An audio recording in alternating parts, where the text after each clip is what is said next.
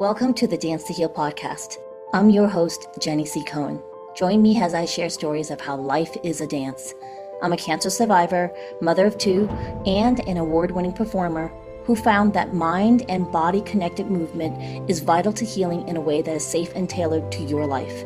I created Dance to Heal Wellness featuring the Spotlight Confidence Formula and also authored the best-selling award-winning book, Outside In Recovery, Dancing My Way Back to Myself After Breast Cancer. I will bring new ways to help you on your dance journey and healing path. Are you ready to move? Dance to Heal starts now. Hello, welcome to the Dance to Heal podcast. I'm your host, Jenny C. Cohen, and I'm so excited that my good friend Jennette Stone who's a therapist and certified medication. Sorry, folks, I'm just so excited she's here. I'm tripping over my words. Jennette is a therapist, certified meditation teacher, and a clinical yoga professional. Now, you can read the rest of her bio in the description for this particular podcast episode. Jennette, welcome. Hello. Thanks for having me. I'm excited to do this. Yes. So now, Jennette, you recently became a mom, and now you provide resources for moms. Why do moms need these resources, Jennette? Because motherhood is one of the hardest jobs that there is on the planet. And there's so much separation in our culture and society that the more we can bring moms together and bring moms together with resources and providers and that type of thing, it helps you not feel so alone. One of the things I hear from the moms that I work with so much is they're lonely and they're isolated. And so many times things get missed because moms aren't being connected the way that they could be. And so those things are really important to me and help moms be able to know that they're not alone and that there is help out there and they're not the only ones going through the struggle. You've really hit the nail right there, that the bullseye, Jennette.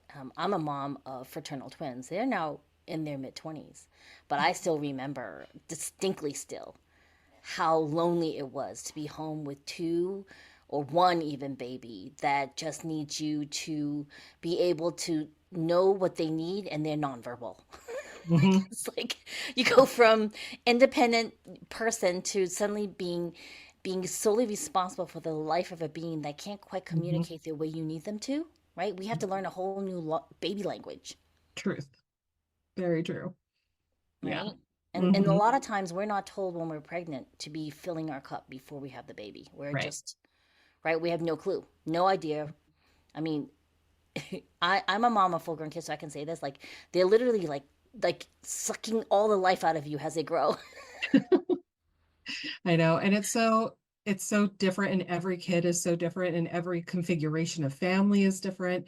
And it's like, oh, I have one kid, I have two kids, I have five kids, type of thing, or I'm a single mom, or it like have multiple partners, or like all these different conglomerations of families. And so it's being able to kind of like understand that there's really no one right way to be a mom and to be a family and that type of thing, and that it's okay to find your own path. And that one of the biggest strengths that moms can have and learn is to be adaptable. Like if you can learn to roll with the punches, then you're going to be okay. Oh, I love that. Learn to roll with the punches because, there are also a lot of moms out there that didn't necessarily give birth personally to their children. And all Hmm. of a sudden they're in a motherhood position.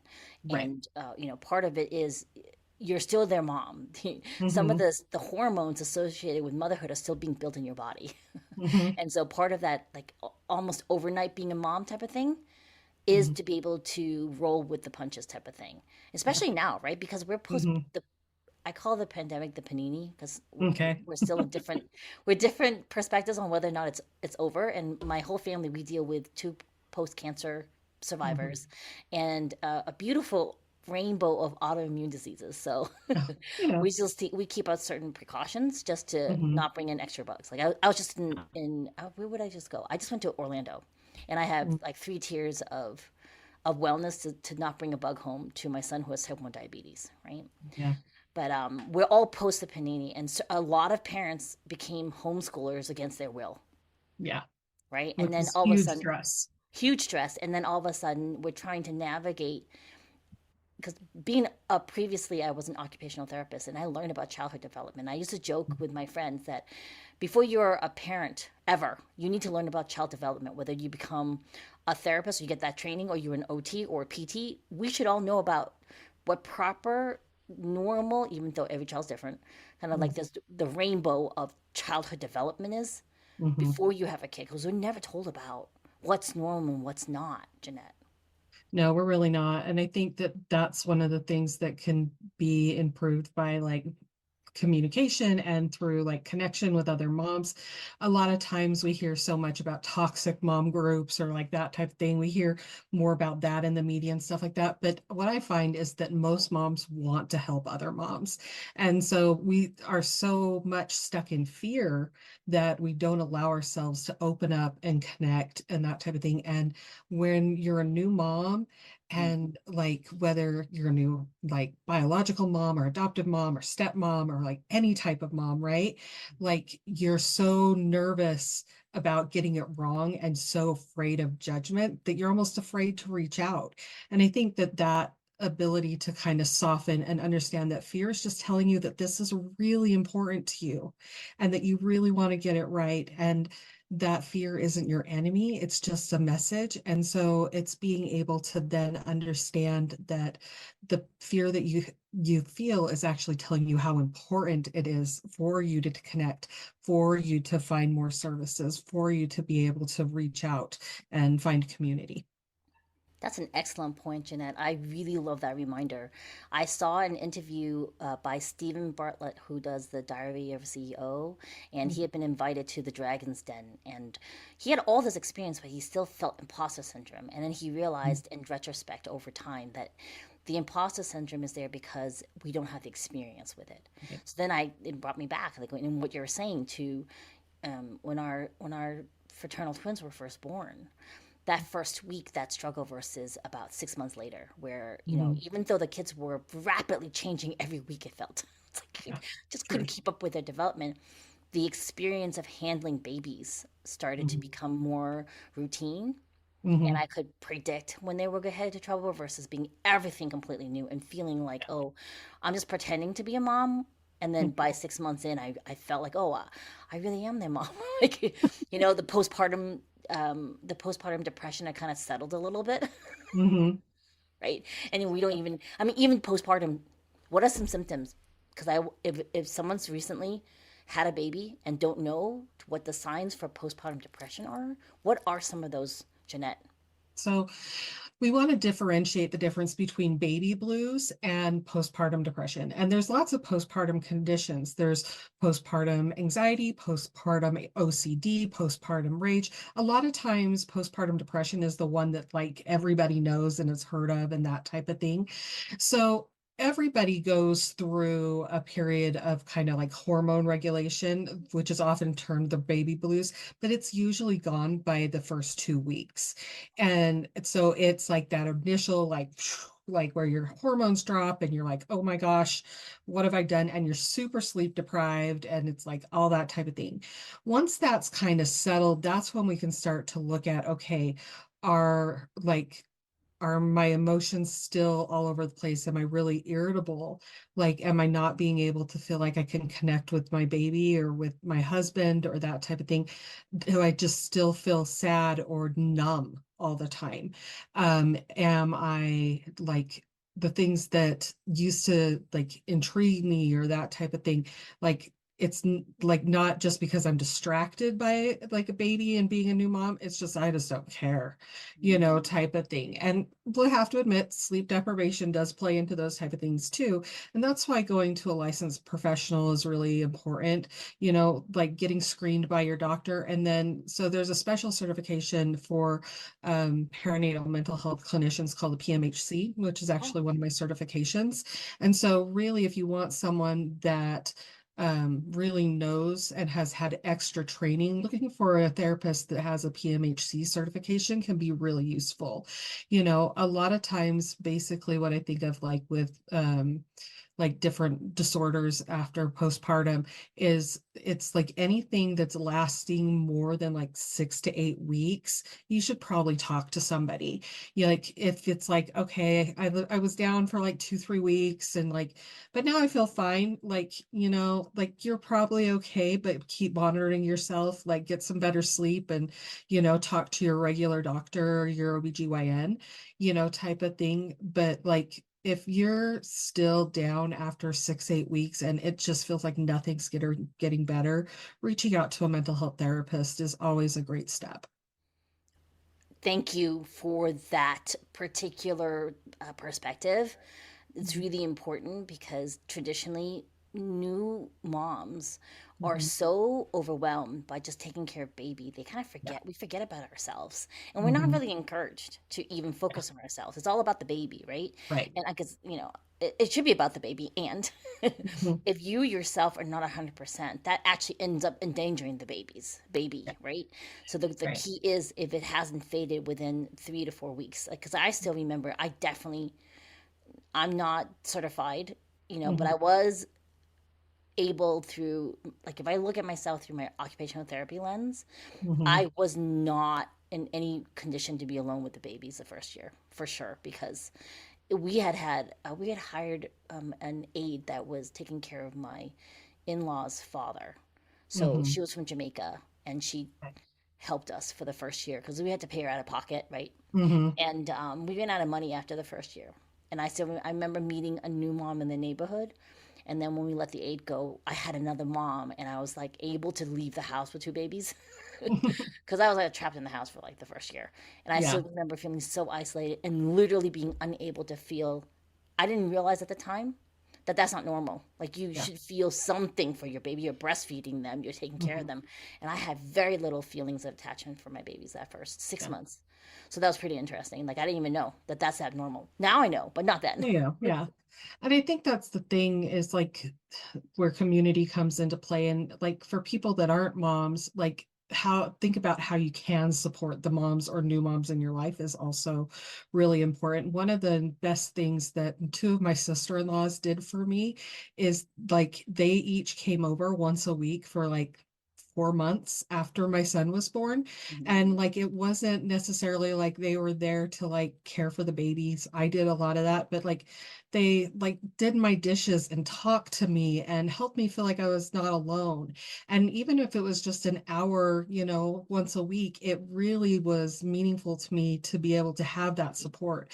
So a lot of times we think, oh, like, well, I don't feel comfortable taking care of the baby or, that type of thing. Sometimes just going in and doing somebody's dishes or their laundry, like, can be a huge assist, send them dinner, like things like that. It's a big thing to know that people care, even in the littlest of ways. Mm-hmm.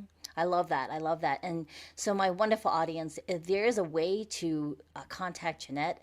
She is only licensed in the state of Utah, and we have audience members as far as New Zealand, Wow, that's cool. Dubai, India. We do want them still to have access to some of the free resources you offer, Jennette. Hmm. So, her website is in the description of this episode. However, some of you like me to spell out the website, so I'm going to tell you it's Rising, RISING dash Lotus, LOTUS, counseling, COUNSELLING.com. Okay, so she has some free resources there. And Hmm. there is one other thing that Jennette offers, and I want to talk about this right now, Jennette, for, I work in evolved neurolinguistic programming, and one of the people who I'm certified through her program, she had to do a lot of internal healing before she could address her fertility issues. Hmm. And Yeah. this is one of her stories, so I'm not giving away any type Mhm. of private stories. Yeah. And she talked about how she had to do for her like quantum timeline healing for an Hmm. incident that happened in her youth. That Hmm. it was a traumatic trigger warning, the Hmm. like SA type of thing that resulted in her belief that she didn't deserve to be a mother. So she Hmm. could not get pregnant, and then she had um, internal abdominal scarring to the degree that she could never get pregnant, and she was about to have a hysterectomy. Mm. And then she went into timeline healing, And the day of the surgery, they found no scarring in her body. Her body Oh, that's completely cleared it. awesome. Yeah. So, in Mhm. your experience, how much does a person's unresolved trauma affect their fertility sometimes? Well, I think that it depends on each individual, but for me, I think that unresolved trauma can like mess with your brain. And when you mess with your brain, you mess with your body. Yeah. Does that make sense? Mhm. And our body, as we know, keeps the score, right? To steal the classic book title, our body remembers what the brain forgets too, and so it's so interconnected. And that's why I think that, like, if we can, like, whether it's through timeline healing, yoga, like sound healing, whatever kind of calls to you, like I used yoga, sound healing, and acupuncture as part of my fertility journey. It took me 15 years to have my son through IVF, and we had like I had miscarriage before that, and then like I had three failed transfers, and he was my second transfer out of four, and he was the one that took, and so we're super excited to have him here. Yeah. But I partially think that what helped was like, so I did my yoga teacher certification training, and my teacher, Karina, she always tells everybody that she got me pregnant Yes. because because I had to stop training for a while because I was doing all the infertility stuff. And then I've restarted again after I had my son. But, being able to understand the mind-body connection and that type of thing is so essential in treating any type of mental health, particularly trauma. Because like we talk about with yoga, how we store trauma in our hips, and like, and some people it's other places in their body. It's just like, it's funny, you can be in a pose in yoga and then like move, and then all of a sudden you're super sad and you're like, I don't know where that came from. It's because you hit a trauma pocket, type of thing. You're like, oh, that was stored in that muscle. Let's shake that out, type of thing. And so really being able to understand how, like, understanding your body and where you keep stress is usually a good sign of where you might keep trauma. And also where you get injured is a good sign of where you might keep trauma. So if you have lower back pain or pelvic issues or that type of thing from other past traumas, like those type of things can impact your fertility and that type of stuff. So I think that it's important to listen to the science, listen to the doctors. But one of my favorite quotes is from Hamlet, and it's, "There's more things in heaven and earth, Horatio, than are dreamt up in your philosophy." And that to me is like, I think we believe in the science and we go with the science, but there's more out there than just like what science is telling us. And so for me, I think that there's a lot of things that we consider pseudoscience or woo-woo or whatever you want to call it, that in the future is going to Yes. be part of science. I think it's just time, and like we've got to catch up with what's actually there. And so I think that being able to understand what works for you, if it works, it works. Even if like, even if people want to say it's just like the placebo effect, who cares? Like if it works for you and you feel better, like I'm support that, so being able to understand your trauma through the lens of whatever modality works for you, I think is important. That's an exceptional reminder. I really love that. Thank you, Jennette. Even applied kinesiology, which before the medical field treated as a woo science, they've now had physical therapists proving that the muscle testing that they poo-pooed had a higher accuracy now for SI misalignment in people versus the actual physical test. So they're starting to prove all the woo science that has been around for quite a while. Right. And I do really love the way that you're saying everything can work together for our Mhm. betterment. Yeah. you know um, the subconscious, which is housed in our brain and also reflected in our body, there's ways to get answers for yourself through your body, Hmm. because our bodies are the only things that are with us from our lifetime. No one else is with us but our bodies, with Hmm. us from the before we were born to today, now where you're listening to this episode.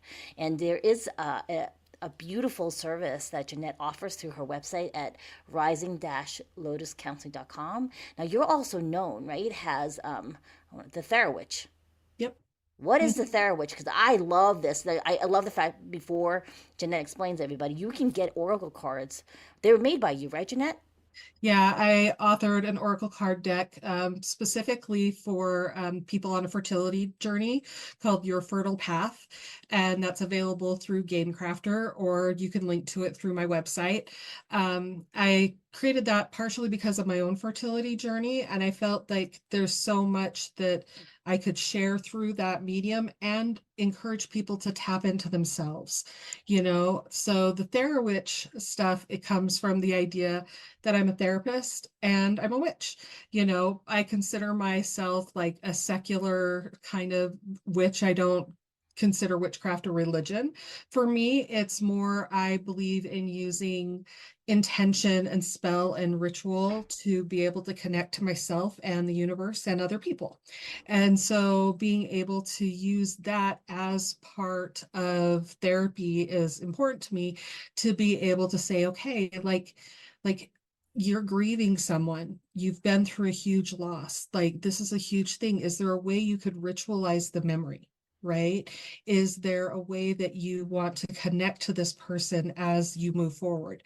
Not necessarily to like a ghost or a spirit or that type of thing, though some people lean that way. But even if it's just like, I want to write a letter and I want to send it down a river, or I want to burn it, you know, those type of things that connect into the elements, because we're, as human beings, we've been using and connecting to the elements and nature for thousands and thousands of years. And so much of witchcraft is just that, you know, type of thing. It's a little bit spicy psychology, as some people call it, and like doing shadow work and that type of thing. But being able to kind of create a bridge between the idea that these are ways that we connect to ourselves through therapy, through witchcraft, and through ways that we can connect to each other. And so that's kind of like how I see it and how I think about my Therawitch stuff. It's kind of where I do more sound healing, more like I do retreats and that type of thing through that. And, you know, like even some of the yoga teaching that I do goes through that, but it's also translatable.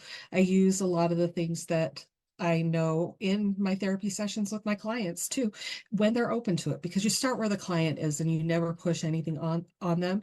It's just working within their own their own belief system.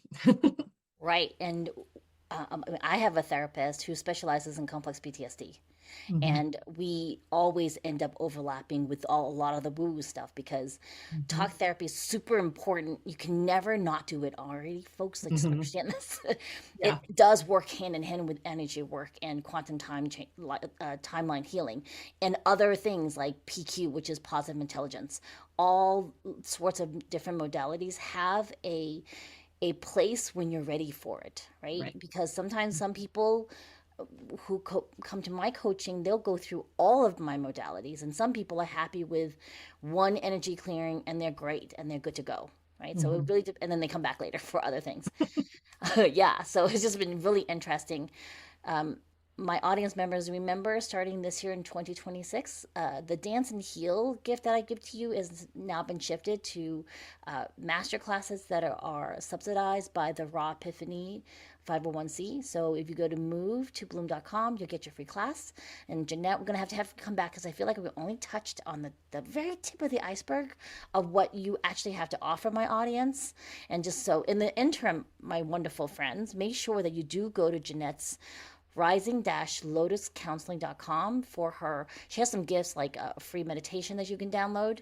And is there one thing that you would want my audience members to do that will help them be more connected with themselves, Jennette? Remember, your breath is the tool you have with you wherever you go. If nothing else, learn to take in a deep breath through your nose and heavy sigh out through your mouth. It helps regulate your nervous system. It's one little thing that you can do. And your breath, like whether you're driving in your car or you're at work, you have it with you. Unlike like, oh, certain tools or certain things that you might want to have. No, or even a weighted blanket, you know, type thing. That's usually at home. You don't keep that in your car. But well, maybe you do. I don't know. No judgment, you know, but being able to kind of like just remember to breathe. Remember that that's with you wherever you go, in through the nose, out through the mouth, and you're going to be okay.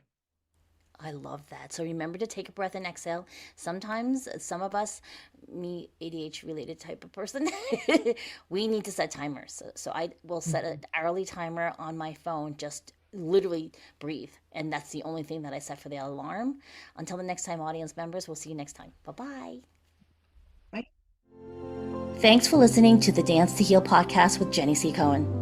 Come back next time to hear stories of inspiring triumph and learn more ways that you can heal yourself. To work with me and continue your journey, visit danceandheal.com. Are you ready to move?